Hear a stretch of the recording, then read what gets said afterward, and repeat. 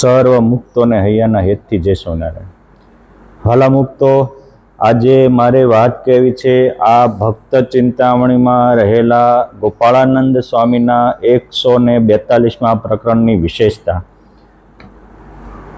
સ્વામિનારાયણ ભગવાને આમાં ગોપાળાનંદ સ્વામીનું 142મું પ્રકરણ લખાવ્યું, એ જ એની વિશેષતા છે.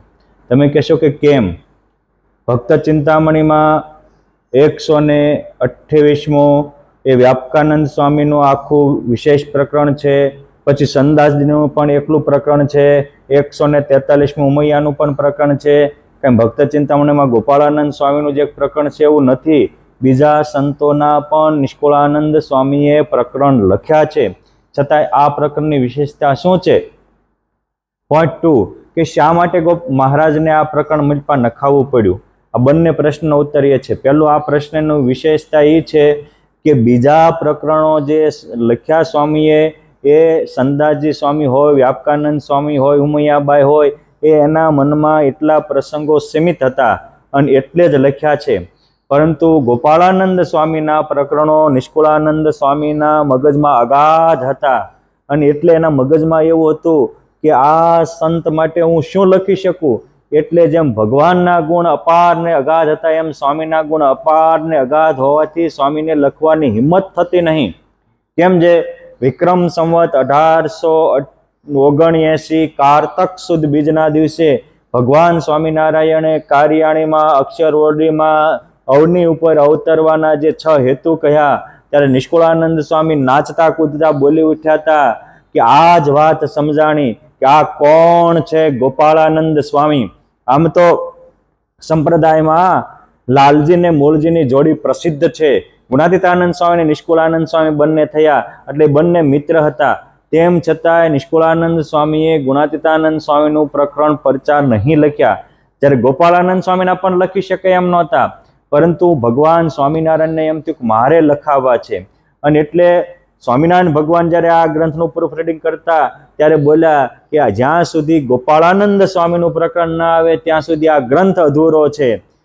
અને બીજી બાબત એવું કહેવું હોય તો કહી શકાય કે જેમ તુલસીદાસજી મહારાજ રામાયણની રચના કરતા અને હનુમાનજી મહારાજ એનું રીડિંગ કરતા હતા, પ્રૂફ રીડિંગ કરતા હતા, અને સુંદરકાંડમાં હનુમાનજી મહારાજના જ વિશેષ પ્રસંગો આવ્યા, ત્યારે હનુમાનજી મહારાજને એમ થયું કે ગુણ તો ભગવાનના ગાવાના હોય, ભક્તના નહીં. અને એ પ્રકરણ ફાડવા તૈયાર થયા ત્યારે સ્વયં રામચંદ્ર ભગવાને બાવડું ચાલીને કહ્યું કે આ પ્રકરણ તો તુલસીદાસજી અને મેં લખાવ્યું છે, માટે આજથી સુંદરકાંડનો પાઠ કરશે એના મનોરથ પૂર્ણ થશે. એ જ રીતે સ્વામિનારાયણ ભગવાને નિષ્કુળાનંદ સ્વામી પાસે 142મું પ્રકરણ ભક્ત ચિંતામણી ગ્રંથમાં લખાવ્યું. આ પ્રકરણ એ ખુદ નિષ્કુળાનંદ સ્વામીએ નહીં, એમાં રહીને સ્વયં પુરુષોત્તમ નારાયણે લખ્યું છે. અને એટલે જ આ પ્રકરણ લખ્યા પછી મહારાજ બોલ્યા કે આ પ્રકરણનો પાઠ કરશે એ નિર્ધન હશે તો ધનવાન થશે, દુઃખી હશે તો સુખી થશે, રોગી હશે તો નિરોગી થશે, વિદ્યાર્થીને વિદ્યા પ્રાપ્ત થશે, ધનાર્થીને ધન પ્રાપ્ત થશે, જ્ઞાનીઓને જ્ઞાન પ્રાપ્ત થશે, યોગીઓનો યોગ સિદ્ધ થશે. આ કોઈ આખી ભક્ત ચિંતામણીનો પાઠ ન કરી શકે અને માત્ર 142મા પ્રકરણનો પાઠ કરે તો પણ આખી ભક્ત ચિંતામણીના પાઠનું ફળ મળે. આટલું તો ફળ મૂક્યું. આવું શા માટે? તો આ પ્રકરણ નિષ્કુળાનંદ સ્વામીમાં રહીને લખનારા સ્વયં ભગવાન સ્વામિનારાયણ હતા. અને ભગવાન જેટલો ભક્તનો મહિમા જાણી શકે એટલા બીજા કોઈ ન જાણી શકે. અને એટલે તો જ્યારે લખવાનું ચાલુ કર્યું ત્યારે જેમ વ્યાસ ભગવાને કૃષ્ણ ભગવાનના જન્મની કથા લખતા હોય, શતાનંદ સ્વામી સ્વામિનારાયણ ભગવાનની કથા લખતા હોય, વાલ્મીકી ઋષિ કે તુલસીદાસજી ભગવાન રામની કથા લખતા હોય, એ જ રીતે અનુપમ ઈડર દેશમાં ધન ધન ટોડલા ગામ, ધન ધન દ્વિજની જાતિને જ્યાં ઉપન્યા ભક્તય કામ. આમ આખા દેશને ધન્યવાદ આપ્યા, આખી બ્રાહ્મણની જ્ઞાતિને ધન્યવાદ આપ્યા. હું કામ? અકામ ભક્ત ઉપજાય એટલે ભગવાનની પેઠે જ તે સ્વામીના જન્મની કથા આરંભ કરી અને પછી પાછું લખ્યું કે યોગી પૂર્વ જન્મના જેને વાલા સંગે અતિ વાલ, પ્રભુ સંગાથે પ્રગટ્યા ખરા ભક્ત નામ ખુશાલ. એ સ્વામી જન્મા ત્યારે નિષ્કુળાનંદ સ્વામી જન્મ એવું ન લખ્યું. જેમ ભગવાનનો પ્રાગટ્ય ઉત્સવ ઉજવાય એ જ રીતે ગોપાળાનંદ સ્વામી પ્રગટ્યા આવું શબ્દ વાપર્યો છે. બાકી ભક્ત ચિંતામણીમાં ઇતર ગ્રંથોમાં ઘણા સંતો ભક્તોના જન્મની કથા હોય છે કે એના જન્મ તારીખ આ છે.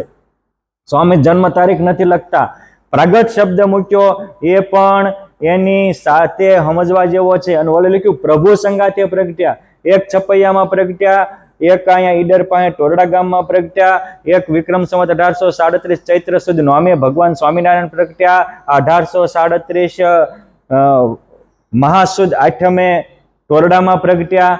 બંનેના દેશ જુદા છે, સમય જુદા છે, તો નિષ્કુળાનંદ સ્વામી કહે છે પ્રભુ સંગાથે પ્રગટ્યા. શા માટે? તો કે મારા બાપ એ બંનેને એટલી આંતરિક એકતા હતી અને એટલે તો સ્વામિનારાયણ ભગવાન છપૈયામાં પ્રગટ્યા તો એના આ નાના ખુશાલ નિરાવરણ દ્રષ્ટિએ ભાળી અને પહેલો વહેલો પુરુષોત્તમ નારાયણનો જન્મોત્સવ એ ખુશાલ ભટ્ટ ઉજવી શકે.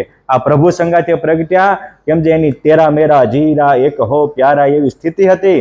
અને એટલે તો કોઈ બીજાને કામ કરવા હોય, એ દેવો હોય, ઈશ્વરો હોય, સિદ્ધો હોય, મુનિઓ હોય, તો એ સંકલ્પ કરે ને પછી હાર્ડ વર્ક કરે ત્યારે એ કામ સિદ્ધ થાય. એ છોકરાના ખેલ નથી, પરંતુ આ ભગવાન સાથે પ્રગટેલા, ભગવાન સાથે એકતા અનુભવતા એવા ગોપાળાનંદ સ્વામી માટે નિષ્કુળાનંદ સ્વામી લખ્યું કે આ તો જે પછી જેવું ચિંતવે જે વારે થાય તેવાનું તેવું જ ત્યારે તો જાણે છે લોક પ્રસિદ્ધ સૌ કહે મહા મોટા સિદ્ધ.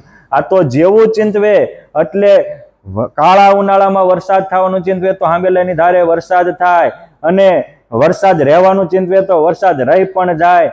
કાળા ઉનાળામાં કોઈ મૃત્યુ પામ્યા હોય અને સ્વામી ચિંતવે તો તરત મળદા બેઠા થાય. અરે પેટલાદમાં પંડિતો પાસે સ્વામી ચિંતવે તો રૂવાડે રૂવાડે બ્રહ્માંડોના દર્શન થાય. આ ગોપાળાનંદ સ્વામીની મહાનતા છે. જેવું ચિંતવે તેવું થાય એવું કોઈ માટે લખાણું હોય તો એક પરમાત્મા માટે લખાણું છે અને બીજું યોગ સમ્રાટ ગોપાળાનંદ સ્વામી માટે લખાણું છે. અને આવું એની મહાનતા હતી. અને એનું કારણ હતું કે પોતે આટલું ઐશ્વર્ય પરમાત્મા જણાવતા છતાંય ક્યારેય કરતા થયા નથી. આજે કોઈ થાળ ધરાવે અને પછી પ્રેમથી ગાય ત્યારે ક્યારેક ભગવાન પ્રગટ થઈને એકવાર જમવા પધારે. મા સબરીએ આખી જીવનથી પ્રાર્થના કરી, એકવાર રામ બોર જન્મમાં પધાર્યા અને એને બનાવેલા એને વીણેલા હતા ને પાવ્યા. ત્યારે ગોપાળાનંદ સ્વામીમાં અપવાદ છે.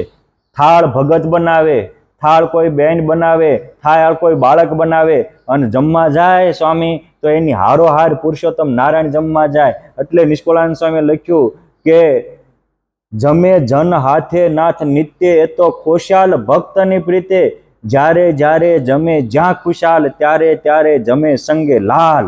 અહીં ખુશાલ ભટ્ટ ઉર્ફે ગોપાળાનંદ સ્વામી ટોરડામાં હોય કે અમદાવાદમાં હોય, વડતાલમાં હોય કે જુનાગઢમાં હોય, ઈડરમાં હોય કે ઉમરેઠમાં હોય, દ્વારકામાં હોય કે જામનગરમાં હોય, ભુજમાં હોય કે ભાવનગરમાં હોય, જ્યાં સ્વામી જમે ત્યાં પુરુષોત્તમ નારાયણ જમવા આવે. ગમે એને રસોઈ બનાવી હોય પણ સ્વામી જમે એની ભેગા પુરુષોત્તમ નારાયણ જમવા આવે. આ પ્રકરણની વિશેષતા છે. આવી તો આ પ્રકરણની એક કથા થાય એટલી વિશેષતા છે. પરંતુ આ પ્રકરણનો પાઠ એટલા માટે કરવાથી આવું અલૌકિક ફળ મળે છે.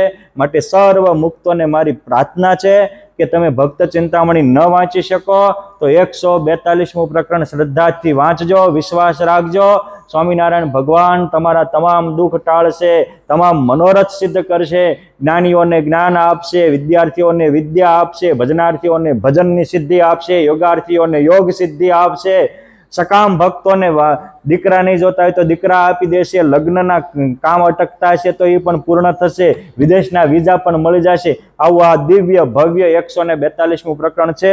એનું અનુષ્ઠાન કરી આપ પણ પાવન બનો. જય સ્વામિનારાયણ.